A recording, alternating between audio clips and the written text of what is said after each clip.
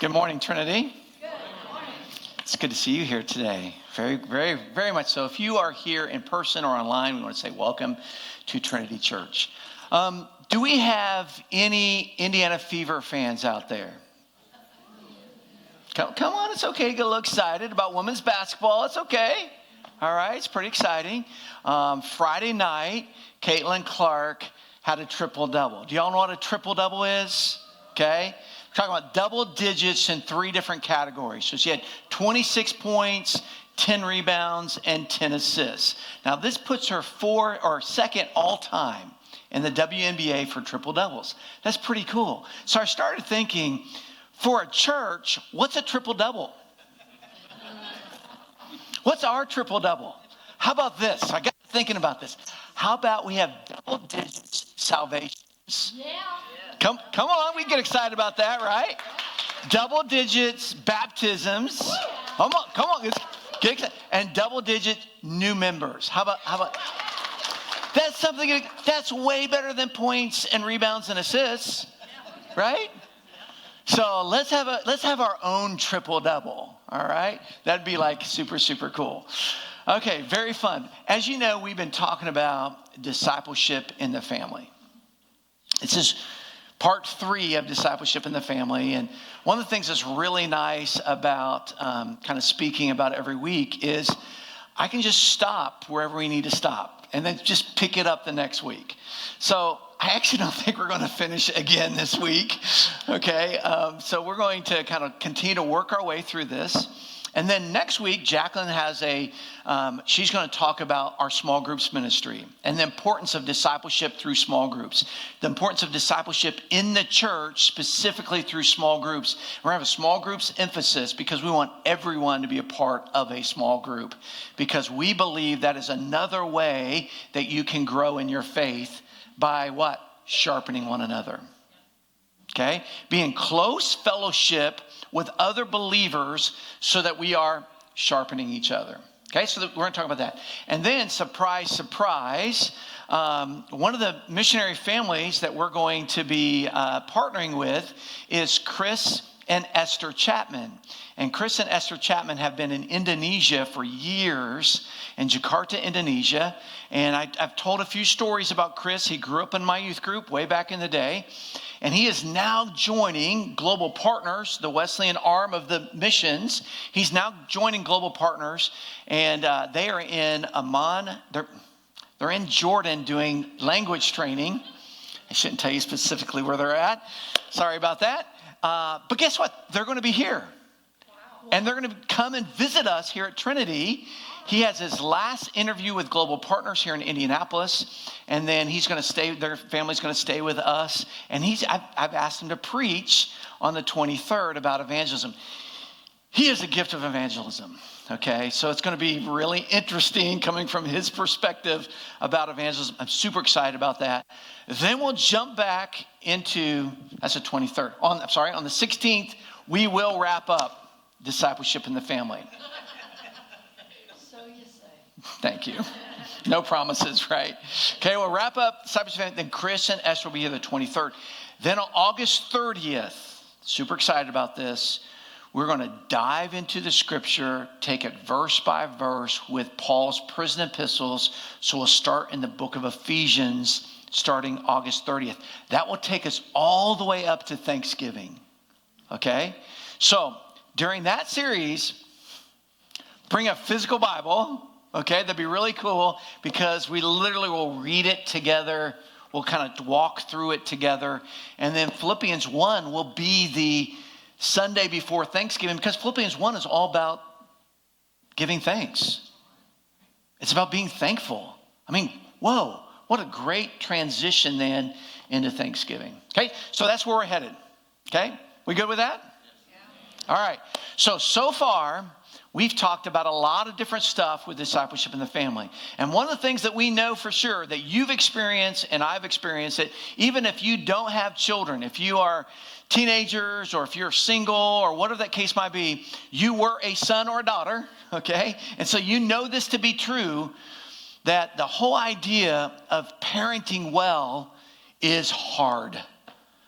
It's difficult. We don't have a whole lot of good models in the Bible, right? We have some really good principles in the Bible, but we don't have a whole lot of good models. And many of us didn't have a whole lot of good models with our own family systems, okay? We've talked about our family, and even though it's been, we've been blessed to be raised in a Christian family, and even in our Christian families, there are things that we took from my family and things that we took from Esther's family and tried to take the best of our families and put it together, right? And I'm sure our kids, as good as we've tried to be as godly parents, I'm sure our kids are like, there's some things we don't want to do that our parents did, right?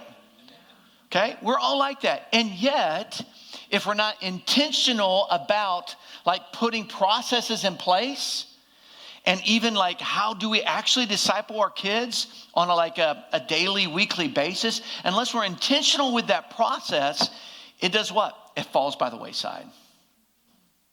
Okay? And even if we're not intentional about changing things that we want to change, so often we just kind of fall into the trap of doing what's been modeled for us.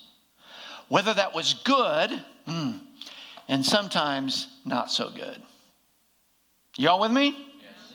Okay. So this is the reality of our families. And so we want to be very intentional in this process of discipleship in the family. So we're going to jump into this. Psalm 127, 3-5. We've been reading this every week. Okay. It's going to be on the screen here. And it's this: children are a heritage from the Lord. Okay. Offspring, a reward from him. Like arrows in the hands of a warrior are children in one's youth. Blessed is the man whose quiver is full of them. They will not be put to shame when they contend with their opponents in the court. So children are a blessing from the Lord. Okay, there are some times we're like, I'm not so sure they're a blessing, right? And yet we also want our children to be a blessing to others. Okay, so this is, many of us now have grandchildren or great-grandchildren. And we've talked a little about the process of how do we get involved in the discipleship of our grandchildren too, and our great-grandchildren. And yesterday, for the first time, this was really fun for us. For the first time, our oldest grandchild called us on a phone by himself. Wow. That was like really fun, and he goes, hey, Grandma, hey, Grandpa. Okay, hey, Grandma. Is Grandpa there too? Like, yeah, I'm here too. He goes, it's raining really hard at our house. Is it raining at your house? Just the simpleness of like a 6-year-old. I do too. It's just so much fun, right? To have that interaction. Even though we live in different cities, we can have connection with even our grandkids. Okay? So, let's talk about this idea of how do we actually and disciple our children? Like, what does that actually look like? And how do we do that? We've talked a little bit about the why. We've talked a little bit about some of the things that of why it's important for us to do this. But one of the things I want us to do, and write this down, what is a disciple? Okay, what does a disciple mean? And it's this. Disciple means to follow the lifestyle of someone, a student, or one who follows the teacher. Okay? Let me say that again. Disciple means to follow the lifestyle of someone, a student, or one who follows the teacher. Now, I want us to realize that when we disciple our children, we're not discipling them necessarily to follow us, but instead to follow Jesus. Why is that? Because we're flawed and we make mistakes. Okay? And we talked about last time the importance of when we make mistakes, one of the things that we can model is to ask for forgiveness, to admit we've made mistakes, and to ask forgiveness from our kids. So we're not trying to, disciple them to follow us. We want to disciple them to follow Jesus. And this is a really important concept for us to do. And yet we also talked about this concept of more often, more is caught than taught. So we do need to imitate Jesus, right? We do need to we have to like follow Christ wholeheartedly, but yet many times it's flawed. We're not perfect. But we can provide for them a human example of one who is following Jesus, who's being a disciple of Jesus. And that's what we want our kids to take away from our experience in our home. Okay, so having said all that, here we go. How do we actually do this? How do we mentor and disciple our children? Number one, we need to teach them in a formal way. Okay? We need to actually teach them. Yes, more is often caught than taught, but we also need to teach. We need to teach them to follow Jesus. Psalm 78, 5-7 says this. He decreed statutes for Jacob and established the law in Israel, which he commanded our ancestors to teach their children. Okay? What is that? To teach their children. So that generation would know them. Even the children yet to be born, in turn, would tell their children. You see this? We're to teach our children, who then teach their children, who then teach their children to what? Follow the Lord. Then they would put their trust in God and would not forget his deeds, but would keep his commands. This is our commission. This is what we're supposed to be doing as parents and grandparents. We're to be teaching our children to follow Jesus, to obey him, to serve him, to love him. How do we do this? Okay, so we've talked a lot. We actually talked a lot about this whole thing about family devotions, okay? Family devos. Part of that family devos can be memorizing scripture. It can be maybe leading their small group. Okay, if they're in Summit Ministries or if they're in children's, we can volunteer in children's ministry. We can volunteer in youth ministries. We can lead their small groups. We can also do some form of one-on-one discipleship with them in a formal way, get some curriculum to guide us. We can teach also in non-conflict moments. So often as a parent, I want to teach into their life right away, but there's conflict in the midst of this. And I realize that they don't have the spirit to listen in the midst of conflict. So we have to also teach in non-conflict moments so that their heart is positioned to listen.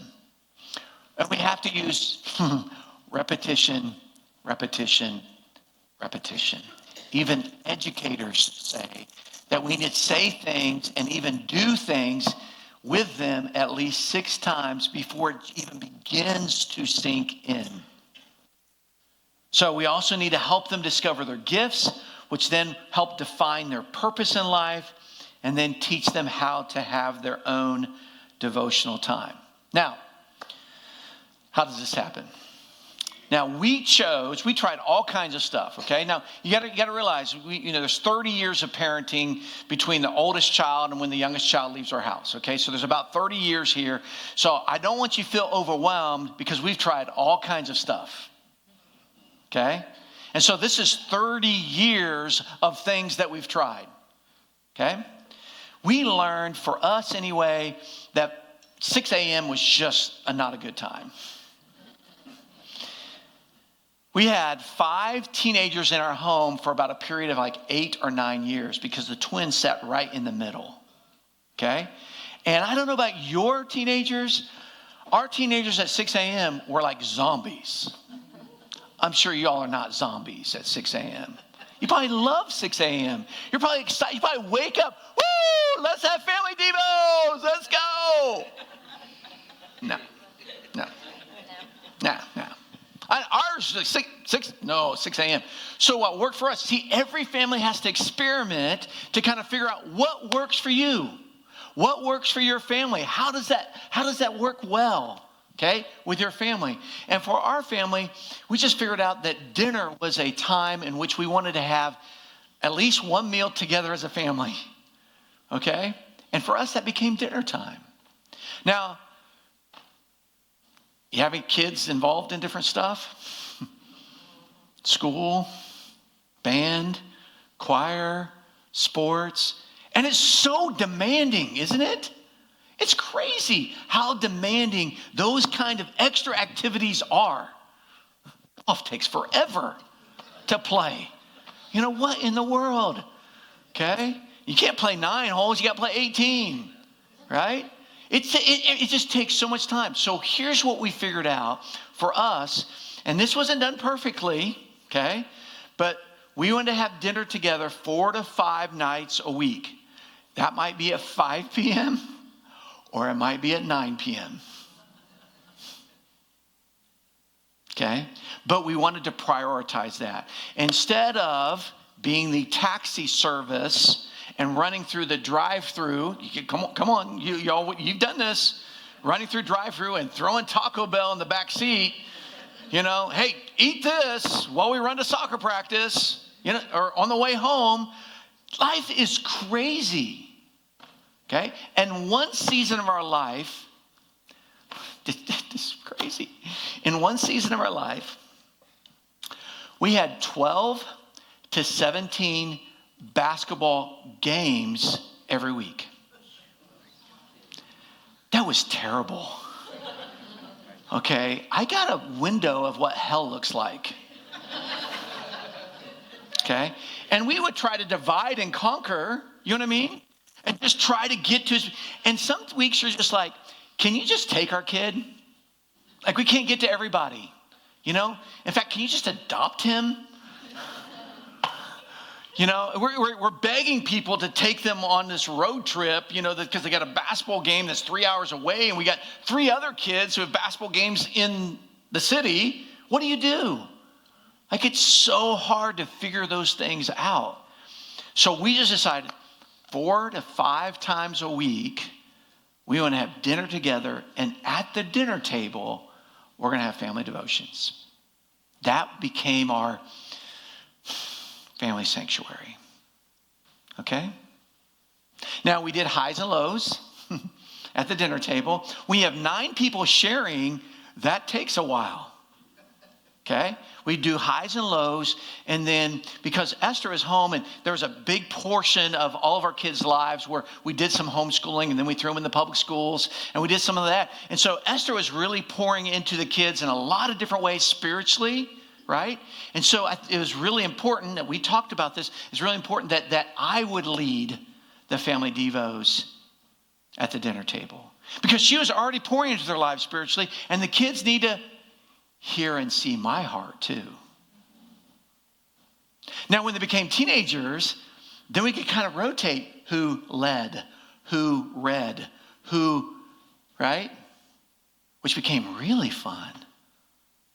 Now, what you can do, it's all over the map. Let me just throw out a bunch of suggestions. Again, this is 30 years of resources. And then I got to thinking about this, and this is actually a suggestion that Esther made this morning, which I think is so good as we're talking about this on the way to church today, is, man, we should create some type of forum where we're just sharing resources of things that worked or helped in our family. I'm like, that's a great idea. We have a Facebook community page that's inward facing, that we can start sharing those resources. So be looking for that. I'll have Jacqueline or Lee or somebody say, okay, let's start sharing some resources that have kind of worked, just so that what? We can learn from each other. Now, when they're little, a Bible storybook. You can't go wrong. We've gone through so many Bible story books. We kept Christian bookstores alive and well. You know, because we've just gone through so many, and they're just so ragged. We even bought a new one a couple years ago, so that when grandkids are at our house, we have a Bible storybook at our house, and so their parents don't have to worry about bringing theirs. You know what I mean? And we even have it there. Now, there's also things like, there are a lot of older Christian classics that they've made into a children's version, like Pilgrim's Progress. There's a children's version of that. What would Jesus do? There's a children's version of that. And there's all kinds of Christian classics that they've made into a children's version. We've used that before.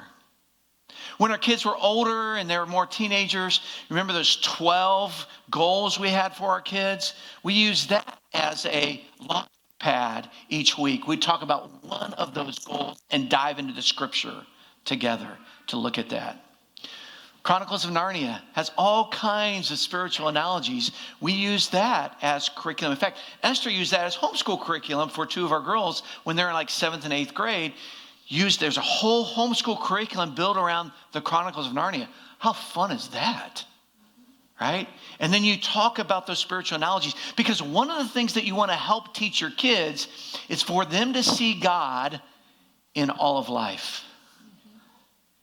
And the next step is not only see God in all of life, but apply God to all of life.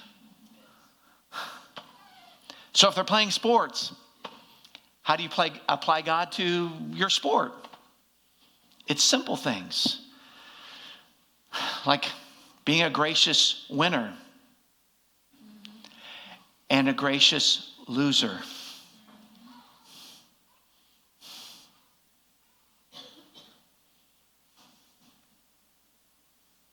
One of the things I appreciated about Noah, he wasn't as good as Evan. Never quite made the top 6 or 7. Was it 7 runs? 7? But he loved the community. And whenever he would finish the race, no matter where he would finish, he would go shake everybody's hand and go, "Nice race. Good job. Way to go." One of those races was in Pennsylvania. And they were at a D1 track meet. And he ran a great race. He ran the 1500 and ran at like 4:05 or something like that. It was a really good time. It was a great race. And he was going around and shaking everybody's hands. And then he just dropped. He dropped. Team's athletic trainer came out. They called for somebody had a little bit more medical training. And when they went to take his pulse, they didn't find a pulse.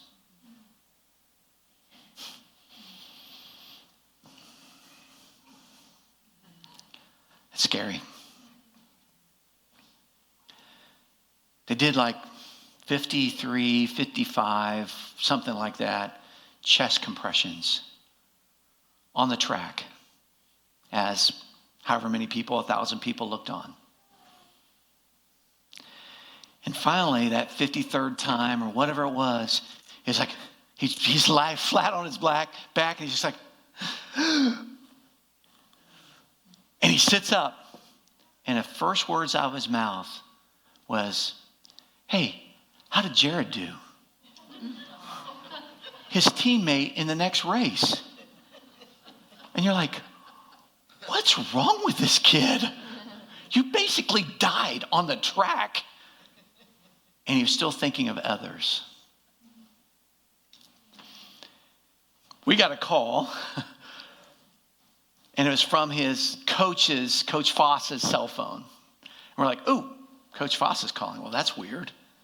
Okay. And so, of course, we answered it. And it's Noah. And Noah's in the hospital. He's like, "Hey, Mom and Dad, how's it going?" And then he tells us the story. But he's like all chipper and just like all like whatever. But he used that in his life to go, who can I witness to? Who can I be a blessing to? Now, that kind of ended his track season that spring. And he had to have a heart monitor in his heart for years. In fact, I don't even think he's taken it out yet. He was supposed to take it out like 5 years ago. I think it's still in his heart. And now he runs marathons. I don't know. You guys, that doesn't happen unless there's like 20 years of discipleship before that moment. Being others-centered. Now, what's really fun, there's all kinds of like spiritual, current spiritual formation books that we can use when your kids are teenagers. And then it's really fun is you can just read straight out of the Bible. That's really fun. And let that be your guide, right, for life. as you do this discipleship in the family. There are so many great resources out there. We're just talking about, have you downloaded the YouVersion Bible?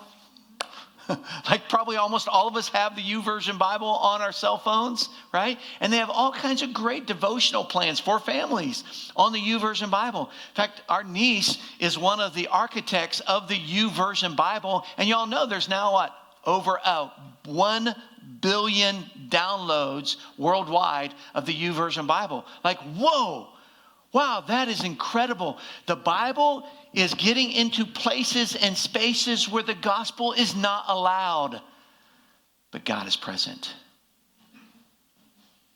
So there's all kinds of resources that we can use regarding what we use with our kids and with our families. We found these books that were like devotionals from the hymns, right? Sorry, younger generation.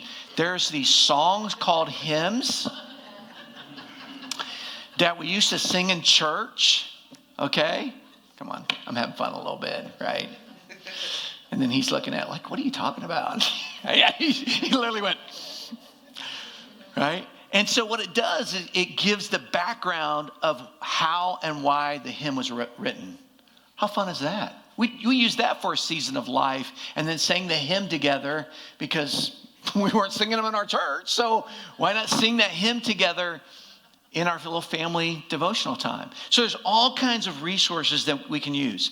Now, this isn't a family Sunday, so I don't think I'm going to get in trouble from Aaliyah. Maybe not, okay? So we're going to get super, super intimate, okay? We can handle this, right? Right? We good? How do you talk to your kids about sex? That's always one of those like weird and hard and awkward things. I can remember my dad. He comes in my room. I'm 16. He says, okay, son, it's time to talk about the birds and the bees. You guys remember that language? And I was like, what's the birds and the bees? He's like, it's time to talk about sex. And I'm embarrassed and he's embarrassed. And so I just say, oh, I know all about that. And he's like, oh, good. And he walks out. I knew nothing. You know what I mean? I didn't know anything. And so how do we do that? Like, how do we disciple our kids through this, right? It's difficult. It's hard. So we discovered and stumbled upon this. There's just resources out there. There's so many good resources. You just have to go to Amazon or go to christianbooks.com and just start looking up resources and start buying stuff and start trying things. So we discovered a book series called God's Design for Sex series. Why are you not writing this down? Okay? God's Design for Sex series by Stan and Brenna Jones. Okay? By Stan and Brenna Jones. It is so good. And you got to start when they're young. Okay? Start when they're young. And the first book is for when they're 5, 6 years old. And it just talks about this is what makes up a boy. And this is what makes up a girl. And how God's designed us. And there are males and there are females. And there's only 2 genders. Amen. Thank you. Okay? And it just starts with those just early basics, right? And it's just so good because it just gives us a guide to help us through these difficult conversations that we don't know how to do. Because I don't know about you, it wasn't modeled for me. Whew, good. And he walks out of the room. And yet, here's what research shows us. Research shows us the top 2 places in which teenagers and young adults get their sex education from. Their peers. That's a really bad source. Okay? The blind leading the blind. And then media. That's a really bad source. And way down the list is moms and dads. Moms, in research, shows that moms are better at this than dads. Moms are better at this with their daughters than dads are with their sons. It's just hard. It's difficult. Now, what's great about this resource is you just walk through it. And it has a conversation with a parent and child. And the parent reads the parent part and the child reads the child part. It's just awesome. And then you get to book 4, and this is one for teenagers. Don't get ahead of yourself. It's for teenagers. And they talk about everything. And I do mean everything. But they need to have these conversations with us and not just the school. Or where I got my sex education, the locker room. Ethan, that's a really bad source, isn't it? He chuckles because he knows exactly what I'm talking about. And that's a lousy source. Now, here's what we've learned from our kids, is that when it's not just a one conversation, but now you have ongoing conversations, they'll come to you and go, hey, I heard this at school. What does this mean? Do you see that? And then when they're in high school, they're teaching us all the new slang language. But what is happening? They're talking to us. We're having conversations. This is important.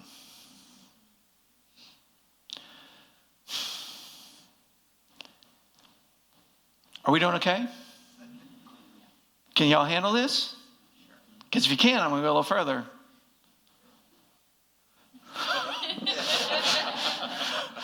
Esther's not so sure about this. This has got me in trouble before.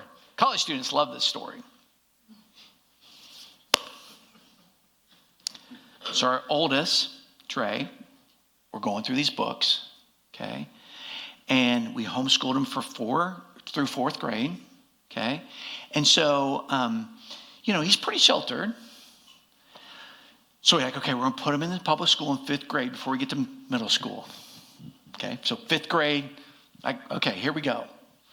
It's still pretty safe environment. So about 2 months into 5th grade, I take him out for breakfast. And I kind of want to know what he's being exposed to. Okay, does that make sense?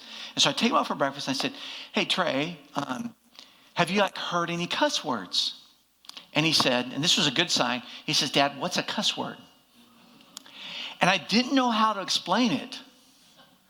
So I just started saying them. Right? How do you do this? I mean, if you have a better answer, you do it your way. I just didn't have a better answer in the moment. Right? And so I'm saying each word.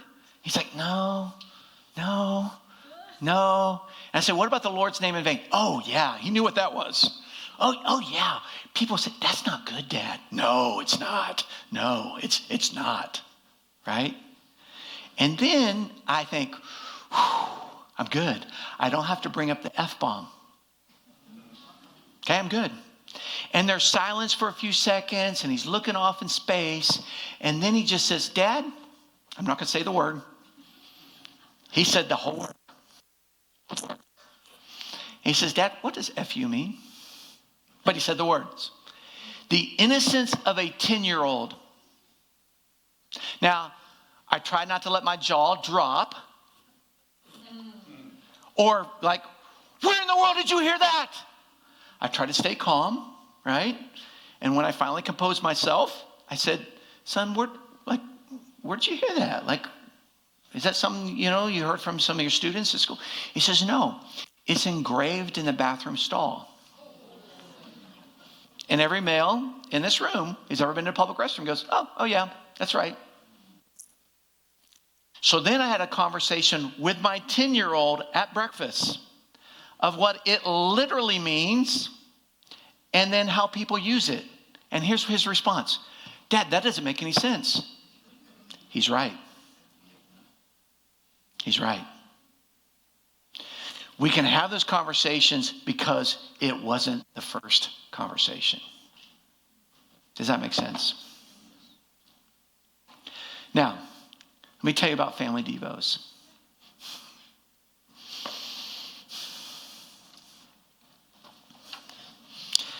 There are many times when we didn't do it well. but it wasn't for a lack of trying. And there's times that if we didn't have a plan, like we're ending one book or we're ending one series, and if we didn't have a plan right away, all of a sudden a week would go by, 2 weeks would go by, a month would go by with no family devos. Can y'all relate to this? And then one of us would get convicted. Esther, Eddie, we're missing. It's usually Esther. We're missing the mark here. We need to get back into this routine. We have to have a family meeting, and we have to apologize to our kids. Say, kids, we're sorry. We need to get back into this routine. Now, it's great when you start this when your kids are young, because they just think this is normal. This is what we do as a family. It's harder when we don't start it until they're like teenagers, because I don't know. Sometimes teenagers can get a little rebellious. I don't know. Not you guys, of course, right? Not y'all. Like none of our church kids, right? Dude, you're in college now, right? You're in college. You were never rebellious, right? See? We have a testimony. I'm asking him, not his parents. Right? It's a little bit more difficult when you try. So you got to have a family meeting and go, hey, we're going to try something new. We want you all to help us to have these family devotions. We think this is really important for us as a family. Are you with us? Are you in?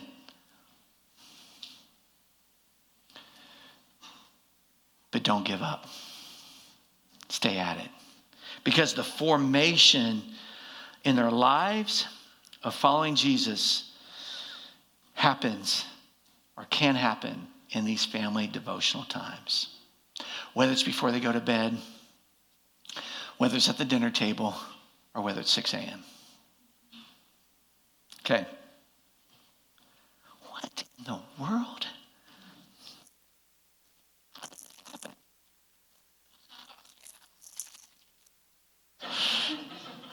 Yeah, Eddie got through 1 point today.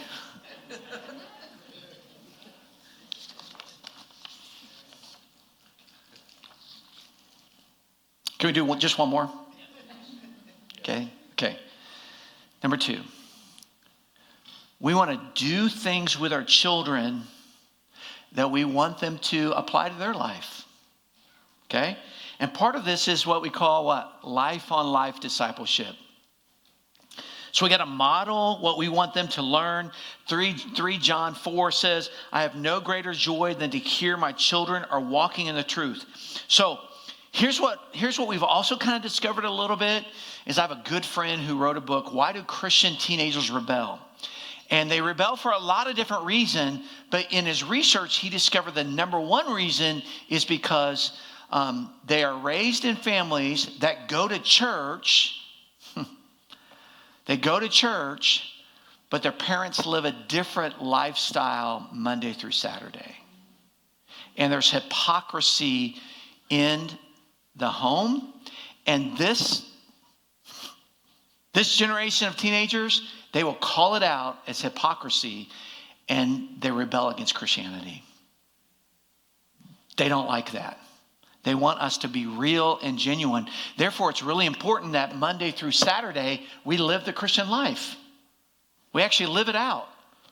Okay? And so in this process, he says, they grow up in religious homes, yet hypocritical homes. They don't really have a true relationship with Jesus. So what we can do and provide for our kids that's more important than anything else is to have a true relationship with Jesus.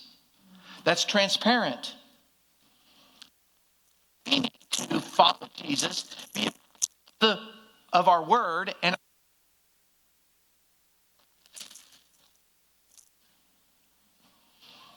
one of the things we can do, and which I would love to do this as a church, is to go on a missions trip together like a family missions trip, okay?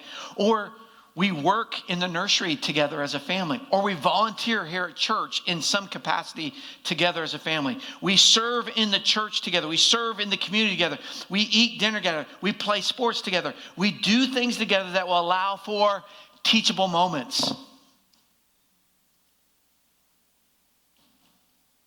My kids got sick and tired. Every family movie we watched, at the end of the movie, I was like, okay, what's the teachable moment here? Like, Dad, can we just enjoy a movie and not have like a lesson afterwards? No, we're going to have a lesson, okay? And so what are those teachable moments as you're doing life together as a family?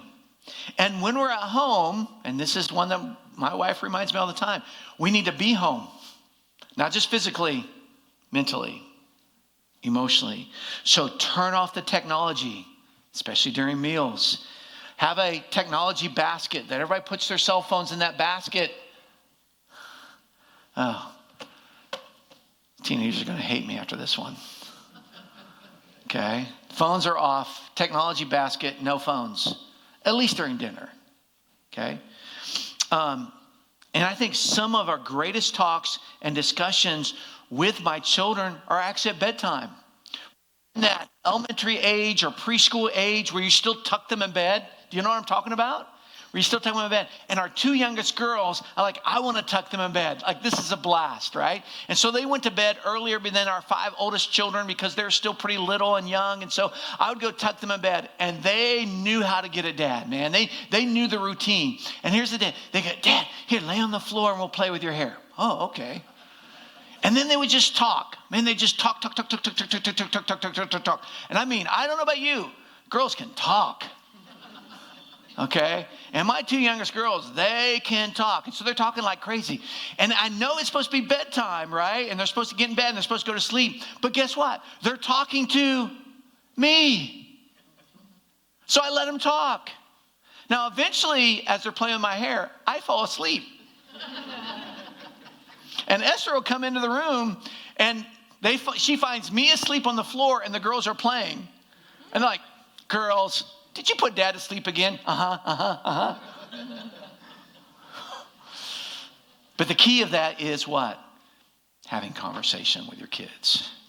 Finding those teachable moments in which we can breathe life into our kids and grandkids. We love it when our grandkids visit us because parents allow us at night. Parents allow us to have that. They do it at night before bedtime to do that quality time with them, right? And to read those books and to do their Bible story book, to pray with them, to sing their songs, right? They have a bedtime routine, and we get to share in that when they're at our home. And then when their parents aren't there, we get to do it with them because they know that's their bedtime routine. So good. Now, we know that every family can't do this. We get that. We understand it. But one summer, we took our 6 younger kids on a family missions trip to Australia. Okay? And Trey got married like a couple weeks before we left. So he and his young bride couldn't go to Australia with us. So we took the 6 younger kids to Australia. And we went on a 5-week family missions trip to Australia. 12 of my ministry students came for the 2.5 weeks. 12 of my tennis players came for the last 2.5 weeks, but our whole family was there for 5 weeks. We ended the family missions trip because the natural stopping point on the way back from Australia is Hawaii. So we did spend a week in Hawaii too. So we were gone for 6 weeks. Okay, so that was the fun part. The other stuff was fun too. But one of the things that we're doing, we went to a lot of youth camps. We taught VBS. My kids got to teach VBS. My kids got to be like in the cabins at youth camps.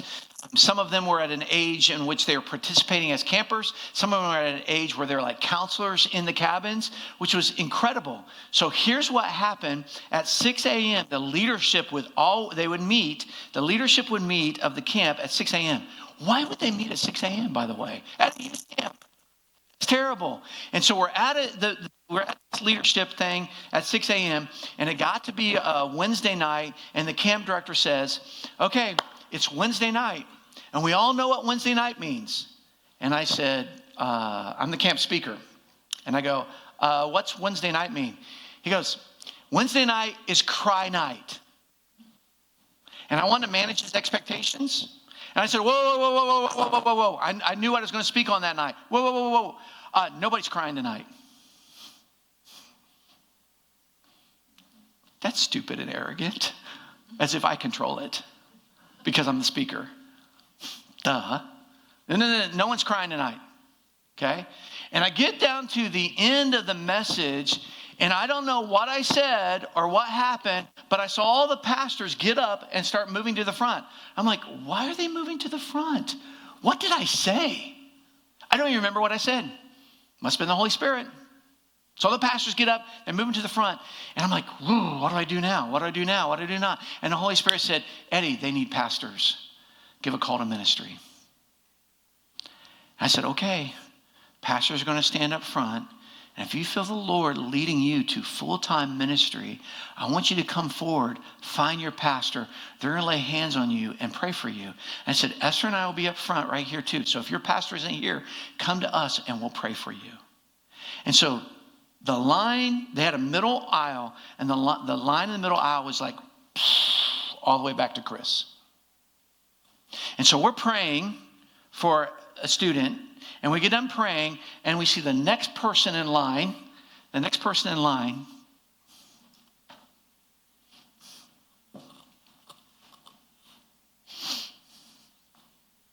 still crying.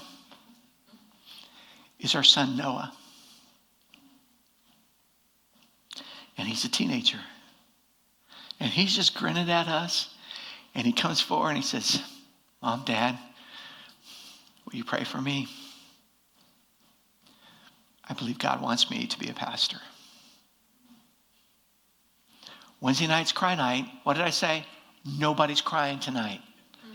What was I doing? I was crying my eyes out. So we lay our hands on Noah and pray for him. And now he's a youth pastor at college.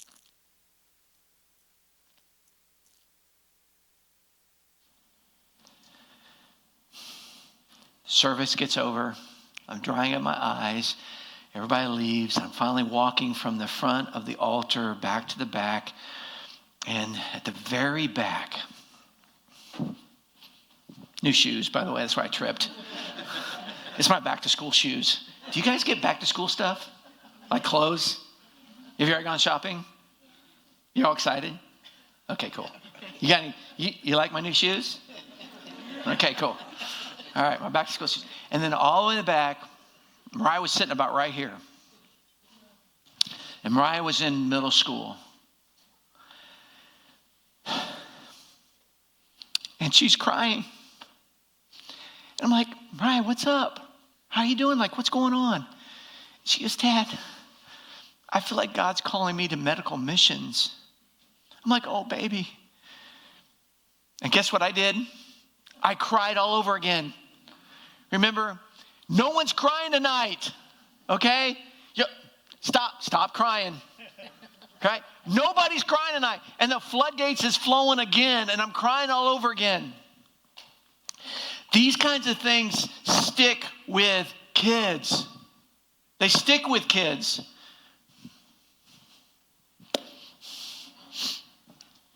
When Mariah's done with her service as a nurse at Marion General Hospital in Marion, Indiana, her plan is to go on Mercy ships to medical missions as a nurse.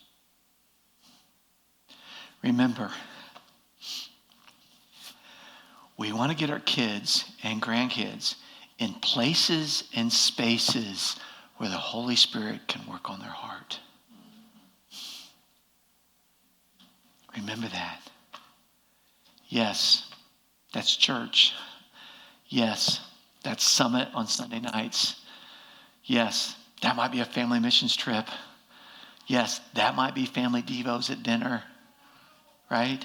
Yes, that actually might be after a soccer game where they lost a game and they're like so frustrated and they're crying. And how can you use that as a teachable moment? Like there's God moments everywhere. right? There's God moments everywhere. And what do we do as parents and grandparents? We just need to step into that God moment and show them that Jesus is alive and well. And that Jesus desires their heart. And that there is no better life. There is no better life than being a disciple of his. Can I get an amen? That's our task. We as a church come alongside to equip and train and help us to do just that. Okay? I want to invite the worship team back up.